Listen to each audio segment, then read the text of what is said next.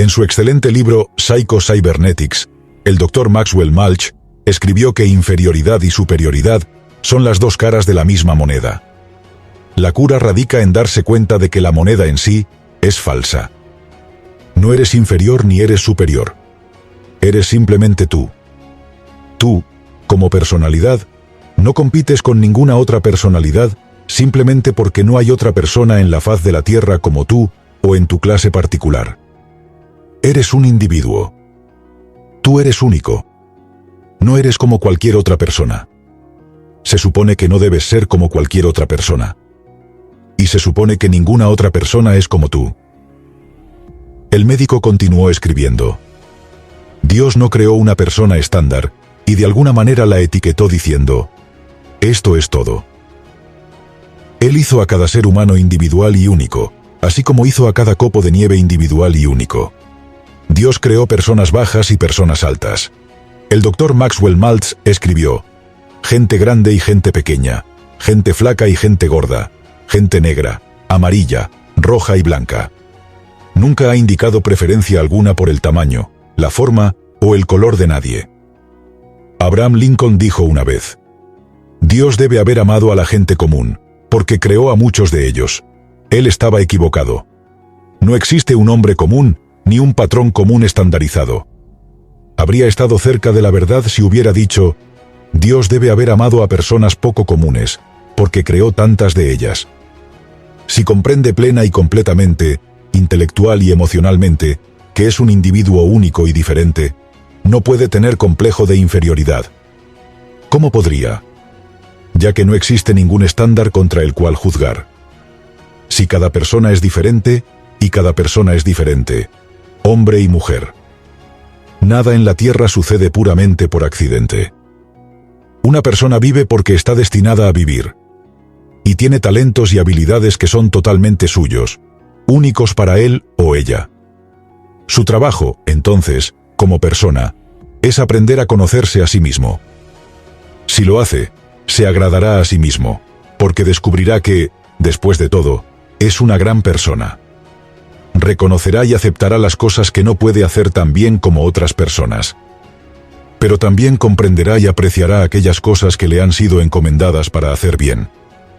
Se aceptará a sí mismo como lo que realmente es, único en su especie, tan diferente de cualquier otra persona en la Tierra como sus huellas dactilares o su firma. Un ser humano es la criatura más fina, más noble y más divina jamás producida en la Tierra. No estar agradecido por tal regalo es la peor clase de ignorancia. Y un complejo de inferioridad es un fantasma sin sustancia real. A la luz del conocimiento, desaparece. Como puede ver, el tema de la actitud está estrechamente relacionado con los temas que nos ocupan. Construyes tu propia imagen a partir de las creencias que desarrollas sobre ti mismo. Entonces, la autoimagen determina la forma en que interpretas la reacción de los demás hacia ti. 4 de los factores principales para construir una imagen de uno mismo fuerte y saludable y, por lo tanto, una autoestima, son perdonar a los demás y a uno mismo incondicionalmente. Tomar una decisión consciente para afrontar cada día con confianza. Y ir a tu propio ritmo para lograr tus deseos en la vida. Ahora veremos las posibilidades potenciales o distintas del individuo. Y cómo conservar nuestra individualidad refuerza la autoestima. Y Earl habla de la persona más centrada y menos exigente que obtiene increíbles beneficios de quienes le rodean. De todas las trampas y escollos de la vida, la autoestima es la más mortífera y la más difícil de superar, porque es un pozo diseñado y cavado por nuestras propias manos. Resumido en la frase, no sirve de nada. No puedo hacerlo. El castigo de sucumbir a él es grave, tanto para el individuo en términos de recompensas materiales perdidas, como para la sociedad y las ganancias y progresos no alcanzados. En esos días en que estamos más sujetos a una temerosa incredulidad en nosotros mismos, cuando más dudamos de nosotros mismos y nos sentimos inadecuados para nuestra tarea, ¿no es precisamente entonces cuando resulta más difícil llevarnos bien con nosotros? Simplemente debemos entendernos que tener una mala opinión de nosotros mismos no es una virtud, sino un vicio. Los celos, por ejemplo, que son el flagelo de muchos matrimonios, casi siempre son causados por la duda de uno mismo. La persona con una autoestima adecuada no siente hostilidad hacia los demás. No quiere demostrar nada. Puede ver los hechos con mayor claridad. No es tan exigente en sus reclamos hacia otras personas. El ama de casa que sentía que un lavado de cara podría hacer que su marido y sus hijos la apreciaran más. Realmente necesitaba apreciarse más a sí misma. La mediana edad, además de algunas arrugas y algunas canas, le habían hecho perder la autoestima. Luego se volvió muy sensible a los comentarios y acciones inocentes de su familia. Y aquí está la receta del Dr. Maxwell Maltz para restaurar su autoestima. Deja de llevar contigo una imagen mental de ti mismo como una persona derrotada e inútil. Deja de dramatizarte como objeto de lástima e injusticia. Ya sabes, la palabra estima significa literalmente apreciar el valor de. ¿Por qué los hombres se asombran ante las estrellas y la luna, la inmensidad del mar, la belleza de una flor o de un atardecer, y al mismo tiempo se rebajan? ¿No hizo el mismo Creador al hombre? ¿No es el hombre mismo la criatura más maravillosa? La apreciación de toda esta apreciación de tu propio valor no es egoísmo. A menos que asuma que lo hizo usted mismo y que debe atribuirse el mérito, no rebaje el producto simplemente porque no lo ha utilizado correctamente. No culpes infantilmente al producto por tus propios errores, como el colegial que dijo: «Esta máquina de escribir no sabe deletrear». Pero el mayor secreto de la autoestima es este. Comienza a apreciar más a otras personas. Muestre respeto por cualquier ser humano, simplemente porque es un hijo de Dios, y por lo tanto, algo de valor. Para y piensa. Cuando tratas con personas, estás tratando con una creación individual única del Creador de toda práctica que trata a otras personas como si tuvieran algún valor. Y, sorprendentemente, tu propia autoestima aumentará de verdad. La autoestima no se deriva de las grandes cosas que has hecho, de las cosas que posees o de la huella que has dejado, sino de la apreciación de ti mismo por lo que eres. Si te falta autoestima, es porque no entiendes quién o qué eres realmente. Si se toma el tiempo para aprender más sobre usted mismo, estará encantado con lo que descubra. La autoestima que surge de saber que podemos estar a cargo de nuestras propias vidas. Creo que esto es lo que nos da autoestima. De repente, nos damos cuenta de que, como dice el viejo poema Invictus, soy el capitán de mi destino. Soy dueño de mi alma. Yo estoy a cargo aquí.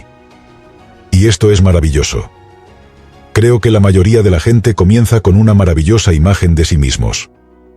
Creo que los bebés, los niños pequeños, empiezan con ello, tan llenos de vida y diversión. Y luego, con bastante frecuencia, el entorno los aplasta y los empuja a pequeños y rígidos cubículos en los que se ven obligados a trabajar y vivir. Y no siempre salen bien librados. Las personas son individuos. No existen verdaderos seres humanos iguales. La posibilidad de que haya dos seres humanos iguales, las posibilidades son tan remotas, tan asombrosas, que probablemente nunca ha sucedido y nunca sucederá, excepto en el caso de gemelos de una sola pierna, supongo. Entonces una persona es una criatura humana única y original. Es diferente en ciertos aspectos de todos los demás seres humanos. Sin embargo, cuando ingresa al jardín de infantes y a la escuela, se ve obligado a ser como todos los demás niños pequeños. Tiene el mismo escritorio, tiene los mismos lápices, tiene lo mismo, hace los mismos estudios. Comienza a ser empujado a formar parte de un grupo. Ahora es importante trabajar como parte de un equipo. Es importante ser un buen trabajador en equipo. Es importante ser un buen miembro del equipo. Es importante hacer su parte en ese tipo de acuerdo. Pero él vive mucho de eso, y su madre le dice que no deberías hacer eso, no deberías hacer esto. Los niños buenos no hacen eso. Las niñas buenas no hacen eso. Él se debilita hasta cierto punto, hasta que comienza a verse a sí mismo, o ella comienza a verse a sí misma, como una especie de miembro indistinguible de un gran grupo de personas de su edad. Y luego, por supuesto, los jóvenes pasan por un momento en el que es muy importante que sean aceptados por sus compañeros. Por eso, lo más importante que pueden hacer en el mundo es volverse indistinguibles de sus pares, Se visten igual. Llevan la misma ropa que yo cuando estaba en la escuela secundaria. Todos lo hicimos. Recuerdo cuando mi hija solía pasar un par de horas esforzándose en conseguir que su vestido fuera tan descuidado, como solía decirlo, para que sus jeans parecieran tan descoloridos y todo pareciera tan de segunda mano. Si la gente supiera lo duro que se esforzaron para verse tan desaliñados, no lo creerían. Pero tenía que hacer eso para poder encajar en su grupo. Y por supuesto, pasamos por eso. Luego en la universidad pasa lo mismo. La gente en la universidad vuelve a encajar en grupos y se involucran en cosas como la psicología social y esas. Y en muchos sentidos, son socializados como personas. Muy a menudo se pierde de vista al individuo en toda esta gran y espesa mezcla de cosas que suceden. Y lo que alguien debe hacer es seguir recordándoles todos los días. Ya sabes, recuerda ahora. Eres un individuo distinto con distintas posibilidades. Y por supuesto, no hacen eso.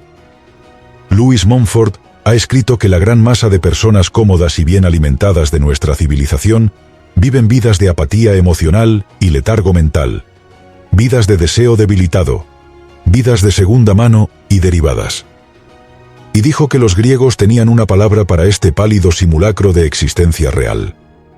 Lo llamaron infierno. Sidney Harris comenzó su columna estrictamente personal en 1943. Publicó varios libros, todos los cuales creo que poseo y disfruto.